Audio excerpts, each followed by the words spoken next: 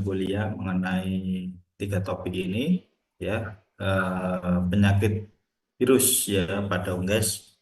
Yang pertama adalah nanti kita akan bahas Newcastle disease, terus infeksio laringotrachetis dan infeksio bronkitis ya. Oke, suara saya terdengar, Dik, dan slide-nya apa sudah muncul pada layar? Sudah muncul, dokter. Oke, baik. Sebelum kita memulai untuk perkuliahan pada siang hari ini, marilah kita berdoa menurut agama dan kepercayaan masing-masing. Semoga di dalam pelaksanaannya kita diberikan kelancaran dan kemudahan, dan apa yang kita pelajari menjadi sebuah ilmu yang bermanfaat. Berdoa dipersilakan.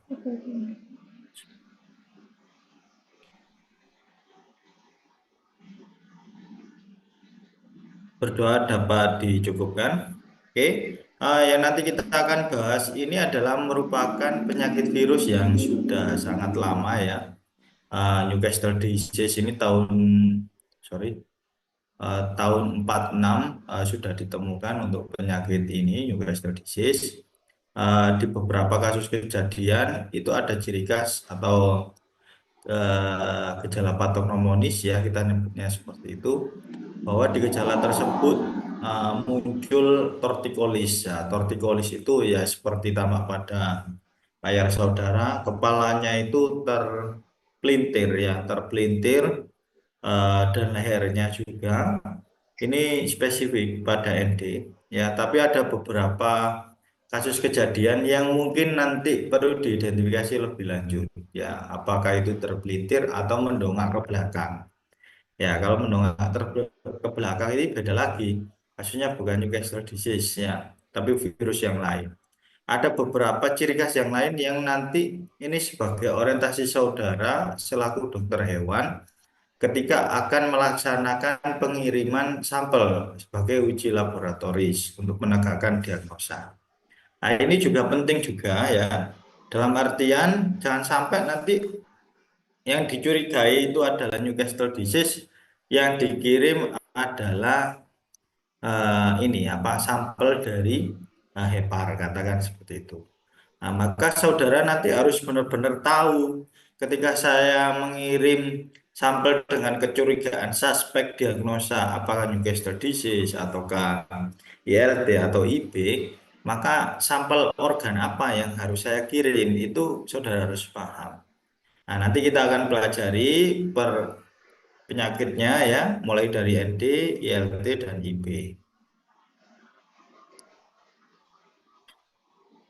Nah, ini juga masih masuk ke dalam tortikolis ya, terpelintir ya. Terpelintir ini dalam artian dia tidak lumpuh ataupun dia tidak mengalami inkoordinasi gerak pada wilayah ekstremitas, tapi hanya pada bagian kepala saja. Tapi kalau pergerakannya ya bisa normal, cuman ya posisinya itu karena kepalanya nggak bisa melihat ke depan ya, maka arahnya ini nggak bisa lurus. Nah, ini salah satu gejala patognomonis dari Newcastle disease, yaitu berupa tortikolis. Ada beberapa nama di dalam ND atau Newcastle disease. Ini kita bisa menyebutnya sinonim ya, seperti itu. Sinonim ini namanya ada Pseudovolpes, Pseudovogelpes. Ini bahasa Jerman ya, Abscigilpes ya.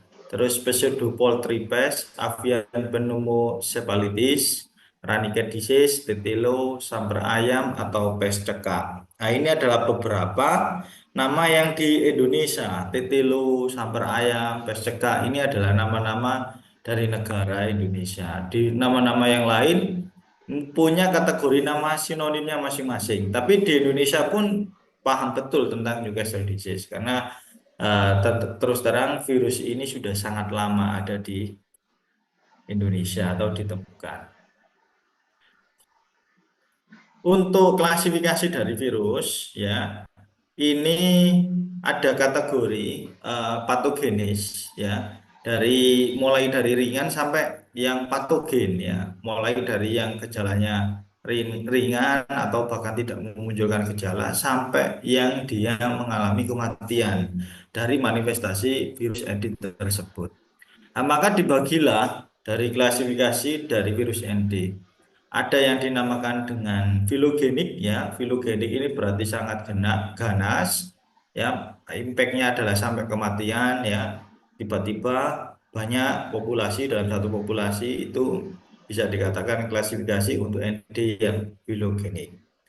Terus yang pertengahan kita nyebutnya sebagai mesogenik atau sedang ya. Dan yang terakhir ini adalah lentogenik. Lentogenik ini yang ringan. Nah, ini untuk penentuan klasifikasi dari virus ND ini didapat dengan cara menghitung waktu kematian rata-rata pada telur berembrio yang ditulari pada virus ND. Nah, jadi kalau saudara mau penelitian untuk pengkategorian klasifikasi patogenesa dalam satu penyakit, saudara terutama untuk penyakit-penyakit unggas bisa menggunakan intervensi ataupun menggunakan alat hewan coba ya. Ini menggunakan telur ayam berembrio. Selain itu, ada juga virus ND yang avirulen. Makanya ini dikatakan tadi ada empat ya sebenarnya avirulen, baru ke filogenik, baru ke lentogenik, baru ke mesogenik, dan baru ke filogenik yang paling ganas.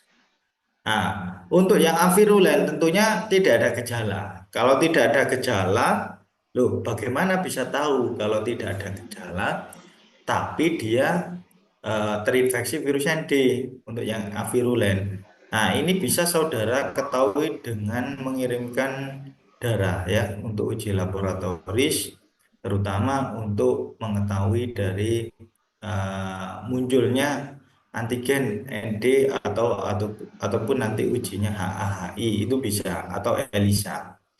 Nah, di sini maka kebanyakan vaksin aktif menggunakan virus ND lentogenik ya, virus yang dia tidak menyebabkan kematian secara ganas ya, dan sebagian kecil menggunakan galur mesogenik dan avirulen.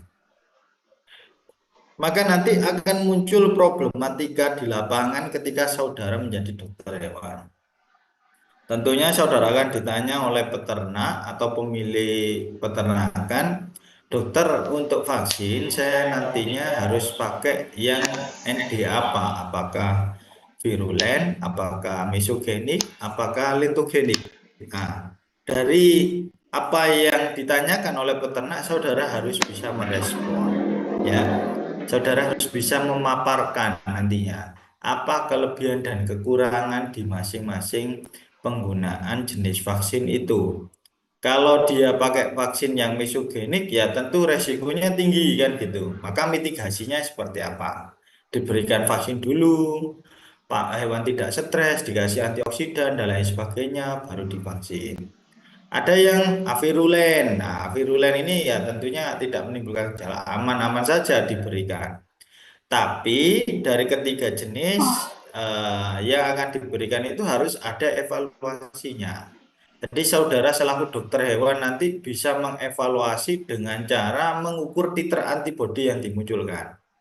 Jadi dari masing-masing vaksin, terutama produk vaksin itu kan ada apa ya promosinya ya, jaminan kalau nanti kalau pakai vaksin A itu dia akan memunculkan titer antibodi sekian. Nah itu silakan dicek. Kalau produk yang diberikan itu cocok ya dengan sistem pemeliharaan saudara, dengan kondisi lingkungan dan respon dari ternak ya berarti itu bisa digunakan terus-menerus. Tapi kalau promosinya bagus tapi hasilnya tidak sesuai dengan yang diharapkan, ya saudara bisa berganti dengan produk yang lain. Nah, inilah yang nantinya menjadi tantangan dokter hewan. Kadang dokter hewan itu diembel-embel seperti ini. Dikasih, nanti tak kasih paket umroh Pak, nanti pakai vaksin saya aja. Nah, setiap sekian pembelian nanti umroh satu orang gratis, katakan seperti itu.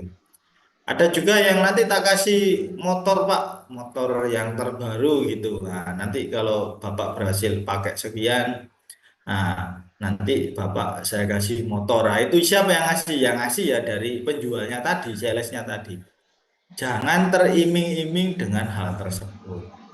Jadi saudara selaku dokter hewan harus punya independensi bahwa saudara Meriga Satwa Sewaka. Saudara harus memastikan keberhasilan dari peternakan itu nanti untuk menyejahterakan peternak ya. Kalau peternaknya sejahtera, saudara akan ikut sejahtera, jangan khawatir.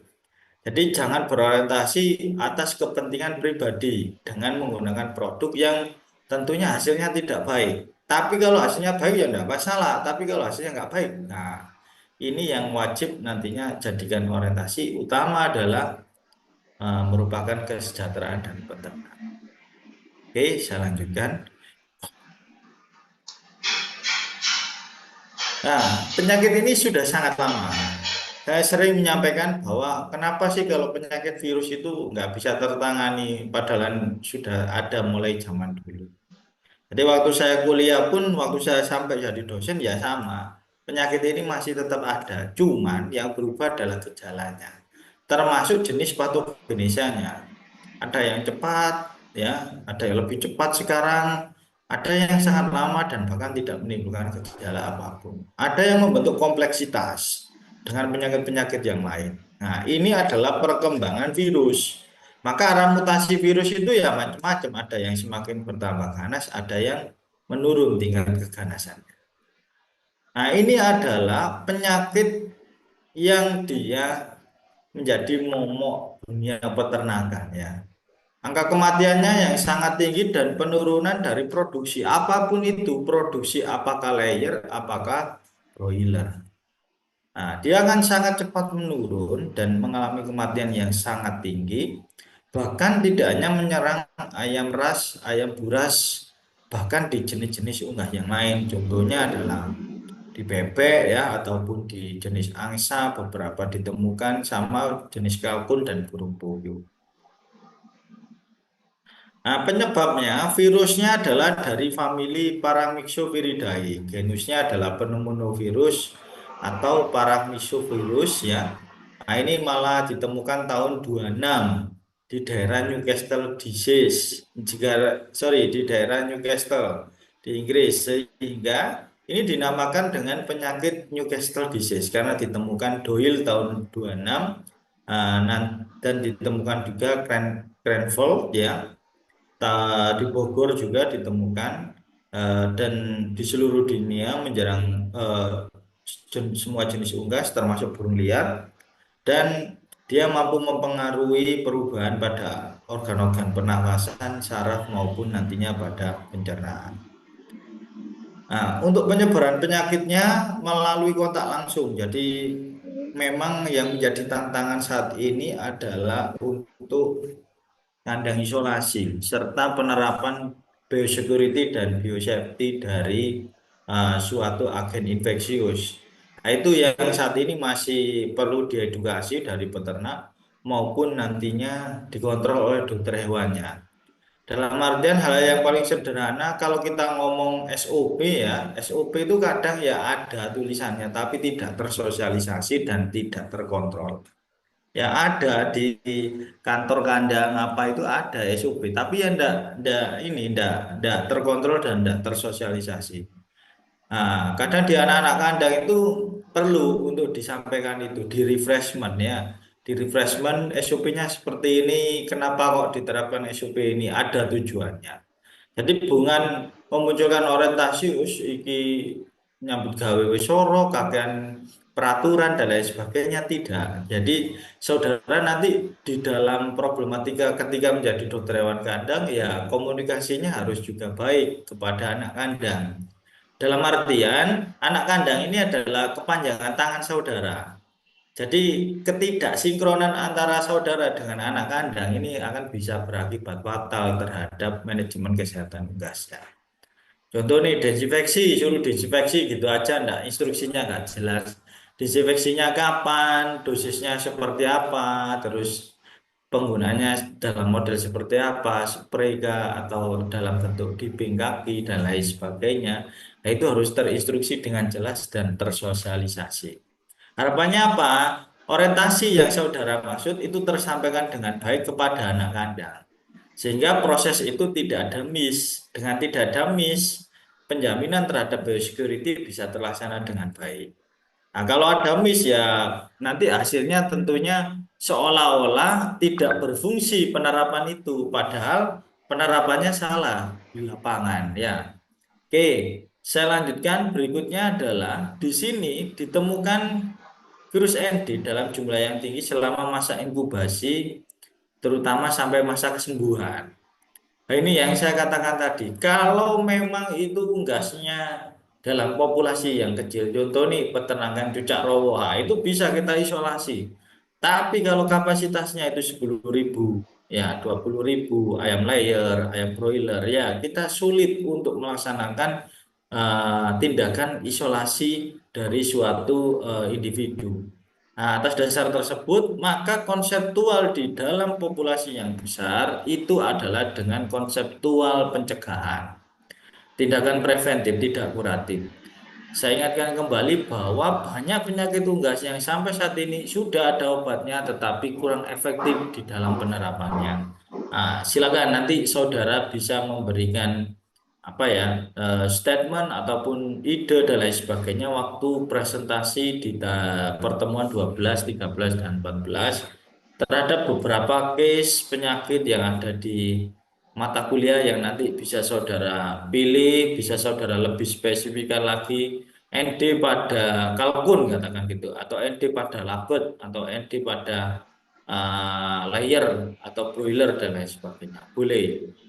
Tapi tidak boleh sama di antara satu kelompok dengan kelompok yang lain. Materinya D-nya sama-sama ND tidak bisa. Kan masih ada penyakit yang lain, ada ILT, ada IB, ada EDS, ada stunting, ranting disease dan lain sebagainya. Nah, virus ini terdapat pada udara yang keluar dari pernafasan ayam, kotoran berupa dari telur juga yang diproduksi selama gejala klinis berlangsung, dan dalam karkas selama infeksi akut sampai nantinya terjadi kematian. Maka kompleksitas dalam penanganan ND itu tidak terbatas hanya vaksin, pencegahan, biosecurity, biosafety, tidak. Tetapi kalau ada penemuan hewan yang mati itu diapakan? Terus kotoran ketika bersihkan, nah itu diapakan? Terus telur yang pecah SOP-nya seperti apa? Nah, itu yang silakan nanti saudara bisa melihat ya hal-hal yang nantinya bisa melemahkan atau mematikan virus tersebut. Sehingga saudara bisa berorientasi ketika ada hewan yang mati harus saya bakar katakan seperti itu. Atau ada yang telur yang pecah di kandang SOP-nya adalah harus dibersihkan dengan menggunakan desinfeksi merek A katakan seperti itu. Nah, ini terjadi pada anak ayam muda ya. Ini lebih tinggi kejadiannya. Berarti untuk peternakan-peternakan ayam broiler itu lebih beresiko tinggi terhadap layer karena broiler yang umur 28 hari sudah dipanen. Bahkan vaksin ND ini umur 1 hari biasanya, 1 hari sudah divaksinkan. Macam-macam, ada yang dengan cara tetes di hidung, di mulut ataupun nantinya di sekitar mata. Nah, gejala penyakit ini dapat diamati melalui gejala pernafasan ya. Contohnya ada bersin, ada sukar bernafas yang mirip dengan CRD ya, ngorok juga. Terus sayapnya terkulai, kaki lumpuh, jalannya terseret, dan jalan mundur atau sempoyongan dan lain sebagainya. Kadang gejala tortikolis itu bisa muncul dan bisa tidak. Tapi kalau ada luntir atau tortikulis, ya ini gejala khas. Nah, bisa saudara katakan suspek dari Newcastle disease. Nah, untuk gejala pencernaannya terjadi diare ya dengan frekuensi dan konsistensi dari feses yang berubah ya. Terus mata dan leher bengkak, produksinya berhenti pada ayam layer ya, telurnya jelek, warnanya abnormal dan lain sebagainya. Dan oleh karena manifestasi dari penyakit Newcastle disease ini reproduksinya tidak dapat normal kembali. Jadi orientasi ketika ada betina yang menderita penyakit ND, masuknya adalah ranahnya adalah afkir daripada pengobatan. Beda kalau nanti kalian ngomong ini ya, pet atau pet and wild ya. Pet and Wild itu ya orientasinya nggak bisa akhir. Tapi kalau ngomong farm ya peternakan ya itu ya saudara bisa ngomong akhir karena apa? Orientasinya adalah ekonomis ya. Tapi kalau yang kesayangan ya nggak bisa kita ngomong ekonomis. Kadang hewan-hewan yang menjadi kesayangan mirip dengan keluarganya, berapapun biayanya dia mau bayar. eh di sini ada beberapa, sorry, Ish, sebentar.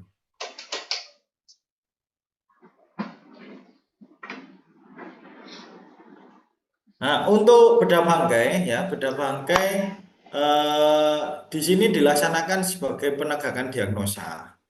Apakah ini teridentifikasi ED atau tidak, suspek atau tidak, itu melalui lanjutannya adalah bedah bangkai setelah melihat gejala klinis dan anamnesa.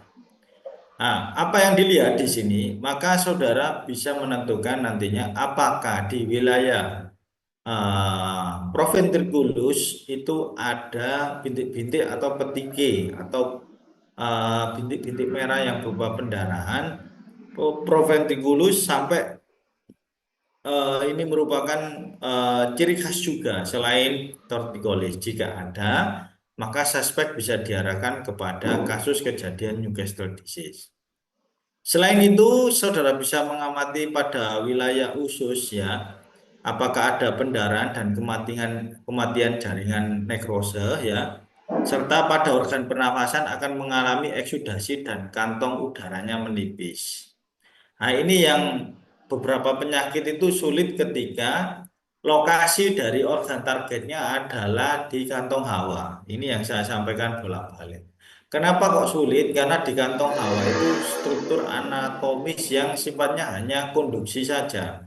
Tidak ada terjadi respirasi, peralihan antara oksigen dengan karbon dioksida, tidak. Dia hanya tempat menampung dan tidak terjadi kayak di alveolus, ada pertukaran. Nah, karena tidak ada terjadi pertukaran, otomatis pembuluh darahnya itu sedikit. Sedangkan seperti kita ketahui bersama di dalam jenis pengobatan terutama apakah antibiotik, apakah antiinflamasi dan lain sebagainya, itu akan terdistribusi melalui pembuluh darah. Otomatis kalau organ targetnya itu sedikit pembuluh darah, maka untuk obat bisa mencapai wilayah organ target tersebut semakin lama. Nah, ini efektivitas ini yang nantinya bisa ditingkatkan macam-macam dengan cara nantinya pemberian sediaan obat yang tidak peroral ya, tetapi langsung inhalasi dalam bentuk spray, bisa juga dalam bentuk metode-metode yang lain. Nah, untuk penanggulangan, karena disebabkan oleh virus, maka jenis obat saat ini sebagai antivirusnya masih masih di tahapan efektivitasnya ya, masih dalam tahapan pengembangan.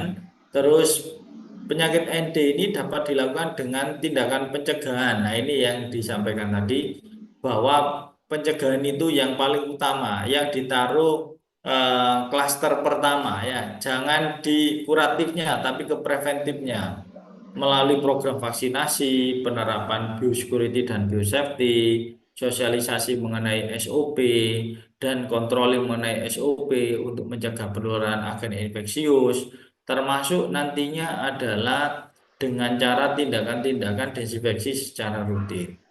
Ada dua jenis vaksin yang dapat diberikan, vaksin aktif dan vaksin inaktif ya. Vaksin aktif berupa vaksin hidup yang dilemahkan. Nah, ini tentunya untuk mendapatkan titer antibodi semakin cepat dan semakin tinggi dibandingkan dengan vaksin inaktif. Nah, antaranya banyak digunakan strain-strain letogenik ya, terutama dari golongan vaksin mereknya Hitchner B1 dan Lasota.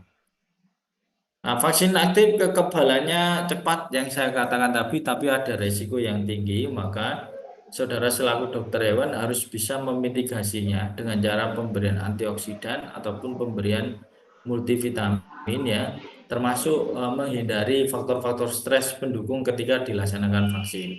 Apakah itu sediaannya dengan cara diinjeksi menggunakan jarum yang ini ya, yang tajam, terus tenaga yang profesional dan lain sebagainya, dan juga biosecurity. Kadang kalau kita ngomong vaksin, vaksin itu kan kadang ampulnya besar-besar ya, ada yang 50, ada yang hanya 10 dan lain sebagainya, atau bahkan 1 mili saja. Nah, vaksin itu harus habis saat itu juga. Jadi ketika dibuka 50 mili untuk kapasitas katakan 100 ekor, ya berarti walaupun hanya 80 ekor, sisanya dari vaksin itu nggak bisa disimpan terus digunakan di kemudian hari, nggak bisa. Jadi vaksinnya harus dimusnahkan. Bagaimana cara memusnahkannya ya? Saudara pelajari dekontaminasi ya. Ada yang dibakar, di insinerator, ada yang apa dimasukkan ke dalam ini apa autoclave dan lain-lain. Untuk pemberian vaksin, saudara bisa menggunakan beberapa cara ini. Tentunya saudara harus bisa mengevaluasi juga dua komponen penting, efektivitas dan efisiensi. Kalau efektif ya memang obat itu kalau tepat di lokasi dosisnya semakin cepat diberikan ya semakin bagus. Nah, cuman orientasinya apakah dengan cara pemberian itu tidak menimbulkan stres? Karena perlu diketahui bersama bahwa faktor stres ini ibaratnya adalah trigger yang nantinya akan meningkatkan angka kematian. Maka kalau bisa di dalam pemberian obat itu atau pemberian vaksin diperhitungkan dengan cara-cara yang paling tidak itu secara efektivitasnya mampu menimbulkan kekebalan, tetapi dia paling minim dalam menimbulkan stres. Macam-macam bisa di spray, bisa di tetes mata, tes hidung mulut pada DOC, ya kalau pada hewan besar, pada unggas yang dewasa ya sulit. Nah, atau dicampurkan di air minum. Kalau dicampurkan air minum ya orientasinya harus jelas, kualitas baku airnya harus bagus, terus tidak membuntu nipple ya. Kalau nipplenya terbuntu ya nanti dia akan mengalami dehidrasi dan tentunya akan efek dari vaksin tidak akan bisa tercapai. Terus bisa dalam bentuk suntikan. Suntikan ini biasa tenaga vaksinator ya. Biasanya ibu-ibu kandang itu dia dilatih, dia sangat cepat, semenit bisa sampai 30 25 ekor ayam untuk pemberian suntikan intramuskular. Nah, dosis dan cara pemakaian masing-masing silakan dilihat pada leaflet yang ada.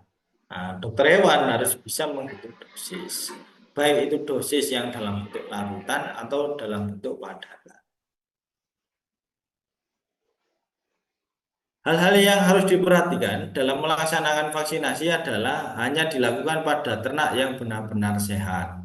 Maka dipastikan tadi dimitigasi H-1 minggu atau H-2 minggu untuk pelaksanaan vaksin hewan dalam kondisi fit.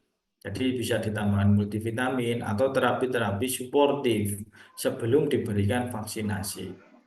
Vaksin segera diberikan setelah dilarutkan, hindari vaksin dari sinar matahari langsung. Ya, gampang caranya tinggal ditutup aja pakai lakban ya, seperti itu. Hindari hal-hal yang dapat menimbulkan stres berat pada ternak. Nah, ini yang saya katakan tadi.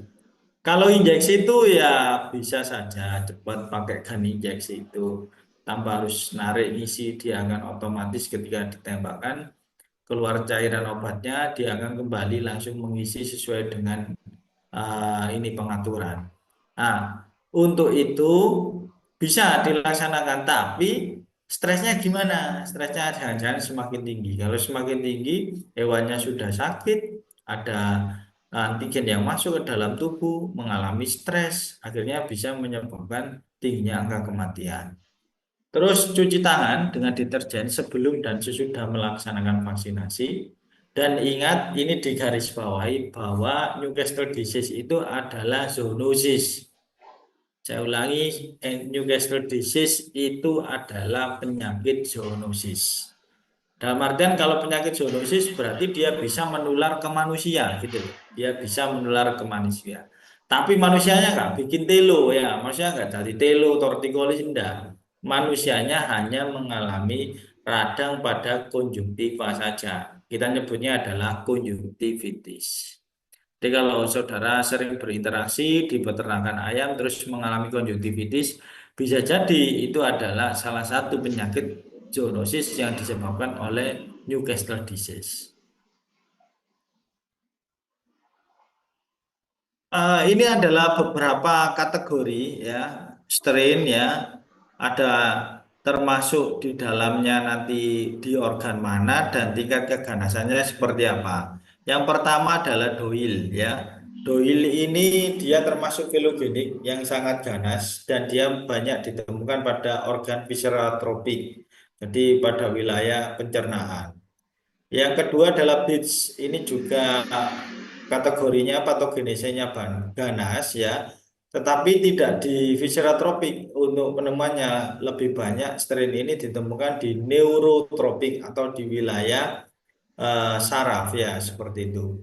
Yang ketiga adalah biodit. Ya, biodit ini termasuk golongan menengah atau mesogenik ya. Tapi dia banyak ditemukan di neutropik ya, neutropik di sirkulasi.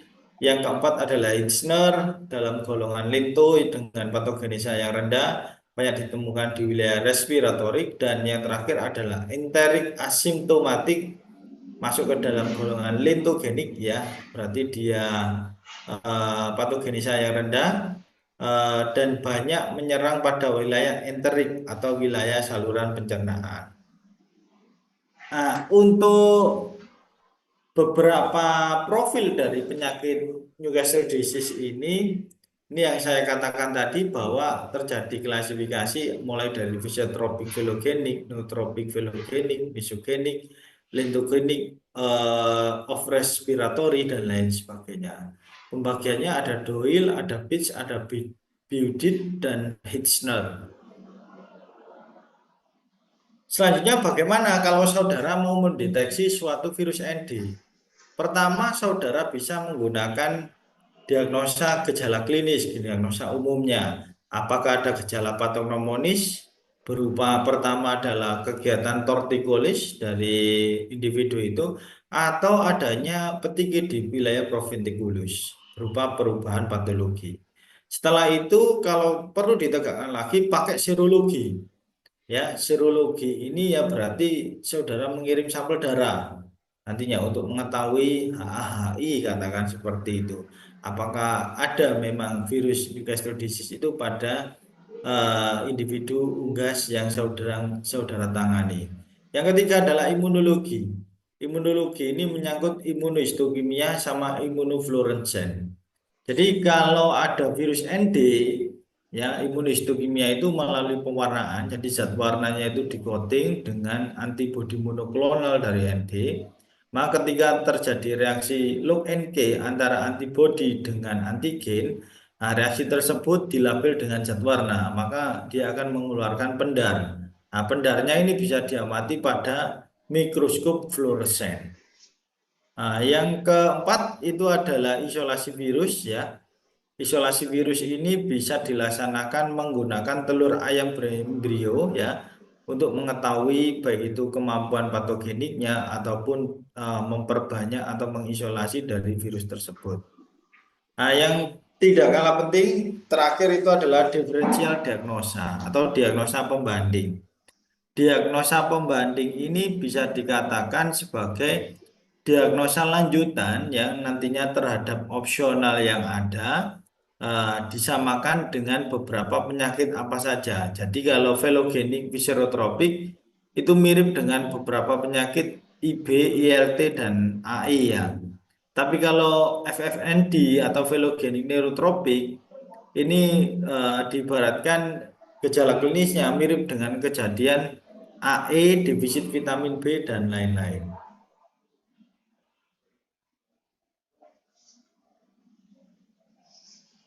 Untuk yang fisiotropik filogenik yang ganas tadi ya dan dia menyerang pada saluran pencernaan dimunculkan dengan gejala berupa nekrosis hemoragis saluran cerna. Jadi di saluran cerna tersebut dia akan mengalami hemoragi pendarahan secara difus ya pada wilayah proventriculus, ventriculus, duodenum ya, cecum, kolon dan tonsil sekalis. Itu akan mengalami hemoragi. Terus didukung lagi adanya hemoragi kongestif pada trakea. Jadi ada sumbatan pada wilayah trakea. Terus pada kantong hawa atau arsakulitis terjadi penimbunan dan penebalan eksudat kataral ya yang kental berarti pada kantung udara. Dan pada periode bertelur pada ayam layar, kuning telur di rongga perutnya dia akan mengalami hemoragis, membubur ya seperti bubur itu dan mendegeneratif. Nah, ini bentuk lesi proventriculus pada Newcastle disease. Ada petiknya atau ada bintik-bintik merah tadi ya. Ini gejala khas dari Newcastle disease. Ini yang saya katakan tadi, ini pada manusia mengalami keratokonjungtivitis. Kenapa tadi saya mengatakan virus ND itu adalah virus zoonosis? Ya ini salah satunya. Ternyata ND ketika menginfeksi dari manusia itu bisa menyebabkan keratokonjungtivitis atau radang pada wilayah konjungtiva. Nah, ini yang pada ayam ya, Newcastle disease terjadi pembengkakan ya, ya pada mata bagian bawah serta juga terjadi konjungtivitis. Ini pada usus bisa diamati ada pendarahan yang difus ya, sama ada pendarahan mirip dengan avian influenza. Makanya nanti ada ini apa different diagnosa ya atau diagnosa pembanding.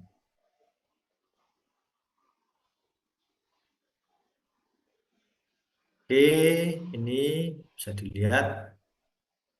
Nah, untuk lesi mikroskopis ND ini bisa masuk ke dalam sistem sirkulasi, sistem limfoid, hati, usus, saluran nafas bagian atas ya, bahkan di otak bisa memunculkan adanya perivascular caving ya. Perivascular caving itu ya membentuk lapisan kayak mantel sebagai kumpulan dari leukosit, beberapa sel radang, terus makrofag dan lain-lain. Paru-paru juga terjadi manifestasi dari ND termasuk pada wilayah jantung dan fisika velea. Nah, ini pencegahan yang bisa dilaksanakan ya, meminimalisir kotoran dan debu. Termasuk nantinya bersih total kandang, deep clean lah kalau kita nyebutnya deep clean ketika istirahat kandang ya. Terus penggunaan milk ekspektoran, vaksinasi baik secara eye drop, spray maupun lewat air minum. Nah, ini diferensial diagnosanya ada IB, infectious bronchitis, Newcastle disease, mycoplasmosis, sama avian coryza. Avian coryza itu snot. Oke, sebentar ya, ada telepon.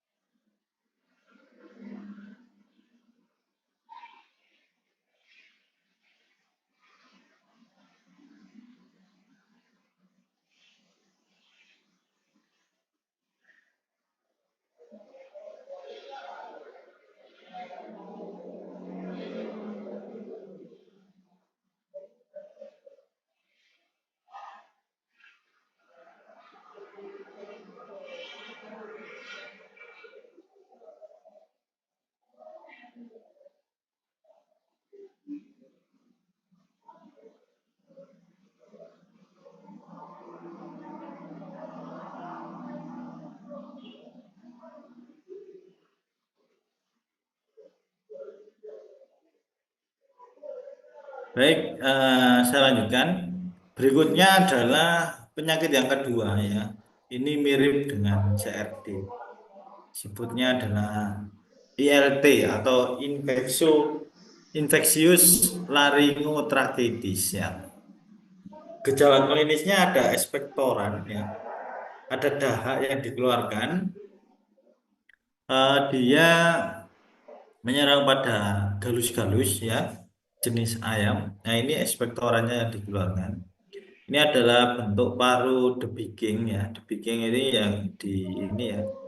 Paru bawah ini lebih panjang daripada paru paru pada bagian atas. Ada beberapa tujuan tindakan debiking itu untuk meningkatkan intake konsumsi ya.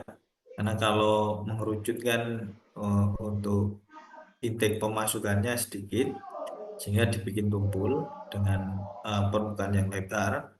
Terus karena tumpul ini untuk kemungkinan terjadinya kanibalisme itu bisa ditekan dengan cara-cara debagging ini. Nah, debagging ini bisa menggunakan counter panas ataupun nanti dengan alat potong atau alat debagging tersendiri.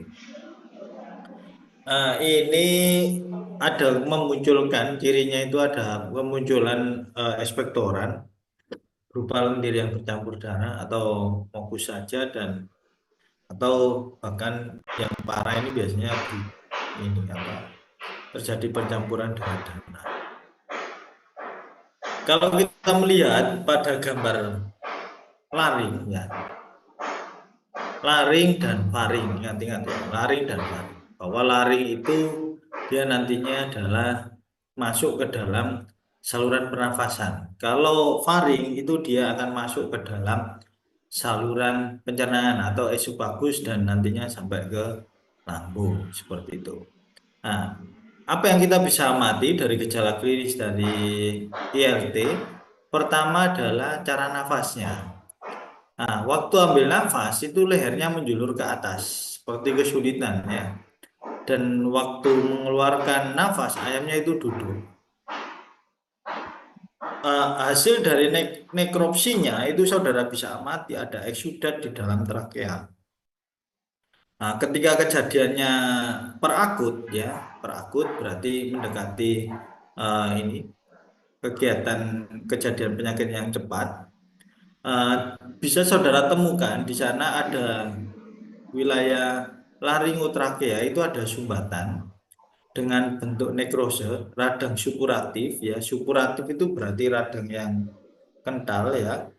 Dalam konjungtiva juga mungkin bisa ditemukan dalam wilayah intranuklear ada inclusion body. Nah, kalau di ND tadi ada perivascular caving ya. Tapi kalau di LT itu ada inclusion body intranuklear.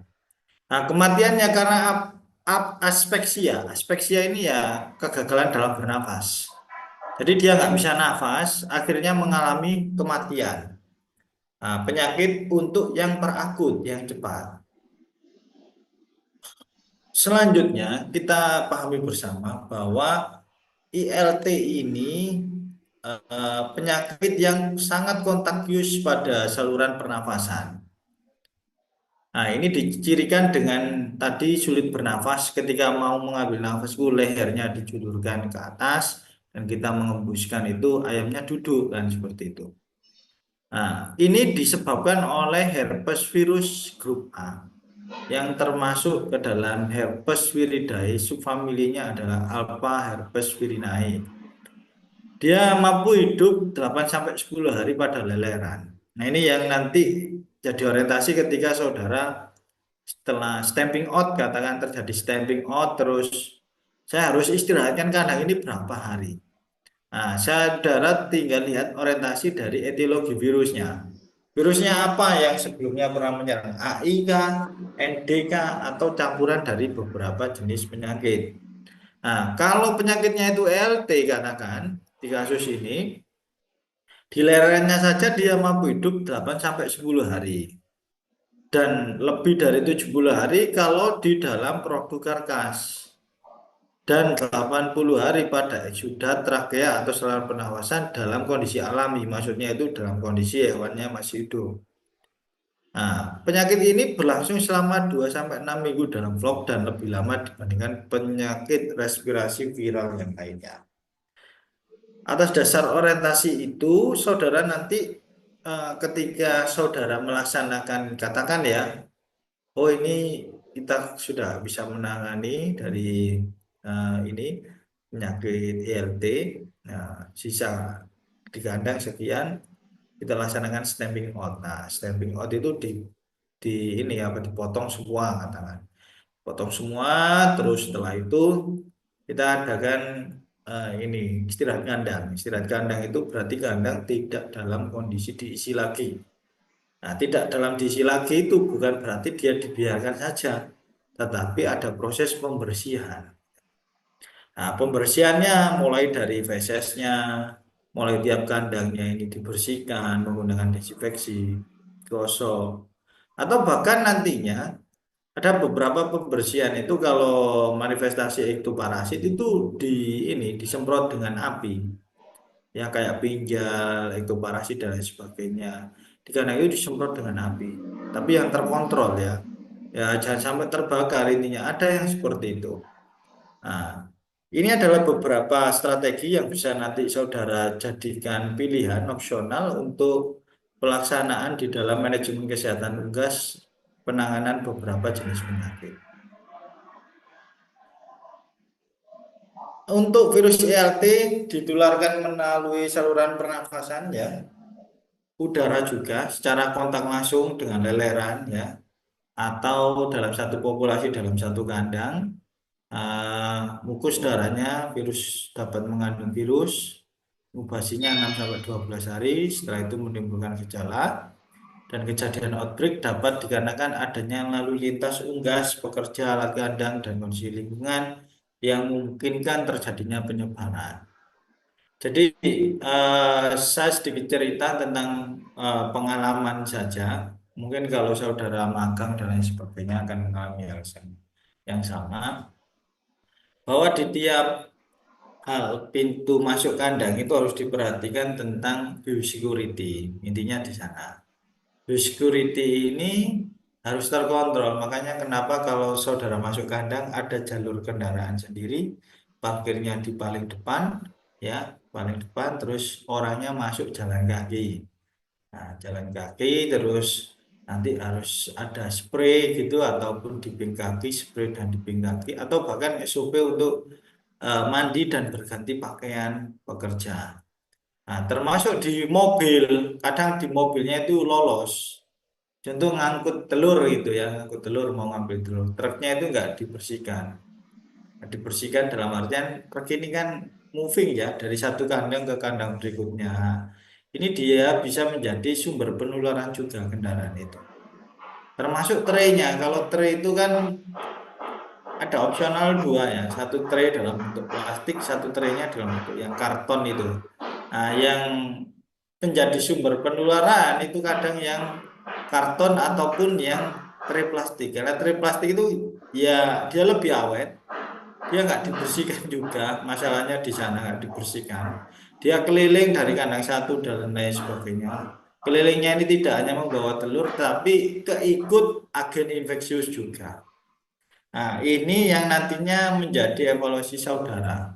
Kalau SOP sama penerapan controlling personnya, hygiene personnya itu sudah terpenuhi, maka kok masih terjadi kejadian infeksius? Nah, itu saudara bisa melihat dari kondisi-kondisi jalur masuk yang lain. Bisa jadi itu disebabkan oleh jalur masuk kendaraan dengan barang angkutan dan lain-lain, atau bahkan pada kondisi-kondisi adanya burung liar. Nah, untuk membasmi burung liar ini sederhana ya, hindari untuk adanya air ya, air sumber makanan burung liar di tempat kandang saudara. Kalau ada air kan biasanya burung liar akan tertarik untuk mandi, minum dan lain sebagainya, termasuk sisa makanan yang berjejer. Oke. Ini beberapa hal yang bisa saudara pahami sebagai gambaran ILT. Yang pertama adalah ini yang mild-nya, yang ringan lah, konjungtivitis, swollen sinus, nasal discharge, production loss, baik itu layer maupun broiler. Yang menengah, severe form ILT, ada batuk, ya, ada keluar eksudat, ya, berdarah, ke leher memanjang ketika dia menarik nafas, terjadi sesak nafas juga. Mortality-nya bisa sangat tinggi, sekitar 50-70%, bisa juga 10-20% dengan masa inkubasi sekitar 26 2 sampai 6 minggu ya. Oke. Nah, ini yang menjadi problematika sampai terjadinya aspeksia tadi, nggak bisa bernafas, ya disebabkan karena eksudat, ya karena eksudat seperti pada gambar layar saudara ini ada eksudat yang menempel di sini. Nah, sampai nantinya udara itu nggak bisa lewat pada wilayah trakea tersebut sehingga terjadilah apeksia dan menyebabkan kematian. Nah, ini gambaran hemoragik laringotraketis. Nah, ini bahasa sampai 50-70% dan ada infeksi sekundernya. Infeksi sekundernya bisa disebabkan oleh Escherichia coli, ya, bisa juga Staphylococcus aureus sama Mycoplasma gallina-septicum. Ada tiga ya, ada E. coli, ada Staphylococcus aureus sama Mycoplasma gallina-septicum. Nah, ini bisa saudara lihat ada bentuk konjungtiva yang dia bengkak ya, ada sekresi mata, edema, dan ada iscat nasal ya, sinus infraorbitan. Makanya ini nanti salah satu differential diagnosisnya SNOT ya. Oke, bisa saudara amati. Untuk gambaran histopatologi ILT, ini ada gejala-gejala patognomoniknya dalam pengamatan mikroskopik itu adalah inklusi intranuklear pada epithel trakea. Ya, kalau yang ND itu adalah perivascular caving tadi. Kalau yang ILT itu adalah inklusi intranuklear. Ini patognomonik gejala kunci. Nah, sel epitel trakea nekrosis ya, sel trakeanya nekrosis mengalami keradangan, silianya ya sebagai respon pertahanan tubuh bulu getar ini hilang. Terus adanya infiltrasi sel radang limfosit heterofil ya. Heterofil itu kalau di mamalia itu mirip dengan basofil ya seperti itu. Serta sel plasma. Nah, sel plasma ini yang nantinya dia memproduksi antibodi spesifik. Oke. Nah, untuk diagnosa dan pengendaliannya, saudara bisa melihat dari riwayat kasus apakah hewan ini carrier atau tidak karena 1-2 tahun tadi di slide sebelumnya dijelaskan seperti itu. Dan saudara bisa melihat dari gejala klinik, perubahan patologik, serologik, isolasi virus, atau bahkan uji keseragaman. Karena di dalam gejala ILT itu diketahui ada penurunan produksi baik itu pada layer maupun pada broiler. Nah, untuk pengendalian dan pengobatannya, antibiotik ini digunakan untuk infeksi sekunder tadi. Dari Escherichia coli, Streptococcus aureus, Staphylococcus aureus, sama Mycoplasma gallina-septicum. Multivitamin ini sebagai supporting system dan biosecurity ini tentunya adalah sebagai tindakan-tindakan preventif, termasuk di dalamnya adalah vaksin. Oke, saya lanjutkan. Terakhir ini tentang infeksius bronkitis atau IB. Nah, ini gejalanya mirip ya dengan ILT bahwa ketika bernafas ini hewan menjulurkan lehernya kesulitan ya. Dyspnea, ada sesak nafas juga gasping tadi bernafas dengan ini mulut ya seperti itu. Etiologinya infeksius bronkitis yang spesies yang diserang ini adalah dari golongan galus-galus atau ayam. Nah, untuk gejala klinisnya ini terbagi menjadi dua, anak ayam dan ayam yang lebih dari 6 minggu. Untuk anak ayam, ini terjadi gangguan pernafasan berupa batuk, bersin, ngorok basah, dan berkumpul di bawah pemanas dengan mortalitas sampai 30%. Nah, evaluasi berkumpul dari pemanas itu ya, saudara harus tahu orientasi kebiasaan awalnya seperti apa. Kalau di suhu itu, suhunya yang sudah sesuai, brudernya itu pemanasnya, terus dia tidak pernah berkumpul, terus tiba-tiba dengan suhu yang sama hewan ternaknya itu berkumpul, ya saudara bisa bercuriga, oh ini mungkin ada kejadian IB ya. Dilanjutkan lagi dengan pengamatan yang lain, gejala klinis yang lain. Nah, untuk yang orientasi ayam yang umurnya lebih dari 6 minggu, ya, ini ngorok, ada lesu, diare, banyak minum, dan angka mortalitasnya itu sampai 25%. Nah, untuk yang fase layer ya, layer itu adalah terjadi penurunan kualitas dan kuantitas. Kualitas ya berarti menyangkut dengan ini ya, bentuk telur, warna kerabang, ukuran, dan lain sebagainya. Kalau kuantitas ya jumlah kemampuan di dalam memproduksi dalam satu periode tertentu. Terus ada watery egg, albuminnya encer ya. Jadi saudara ngeceknya bisa secara visual kalau sudah ahli, kalau enggak pakai mikrometer itu bisa ya. Terus kerabangnya pucat, tipis, dan mudah pecah. Untuk bentuk gangguan yang kedua berupa perkembangan oviduk yang pada wilayah rongga perut yang mengalami ini biasanya ukurannya itu lebih kecil ya, dan morbiditasnya sampai 100%, berarti penularannya sangat cepat.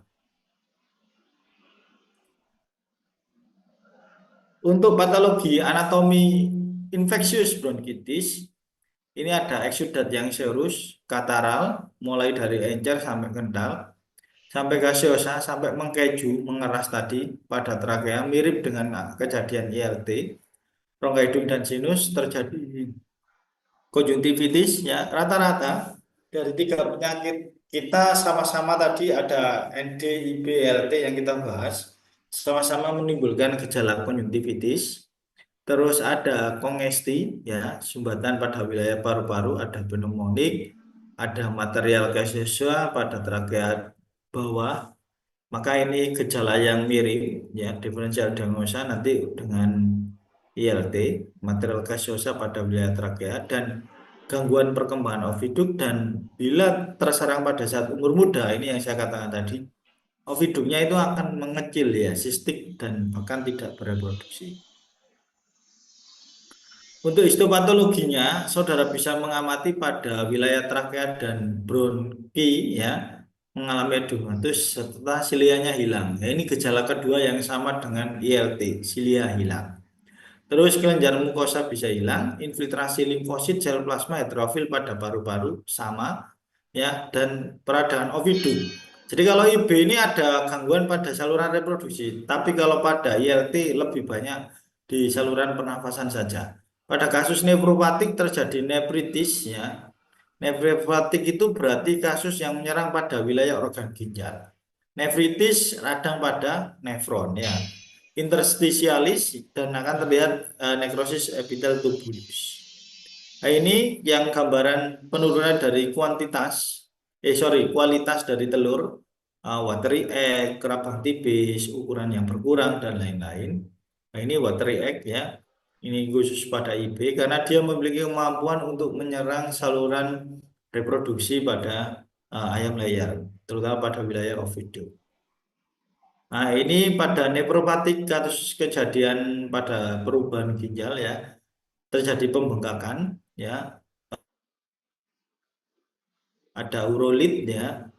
Kalau diamati urolitnya itu diperiksa berupa endapan asam urat kristal. Nah, ini pada ginjal ya, asam urat ginjal. Oke, baik, mungkin sampai di sini untuk tiga materi ini ada ND, IB, dan ILT ya.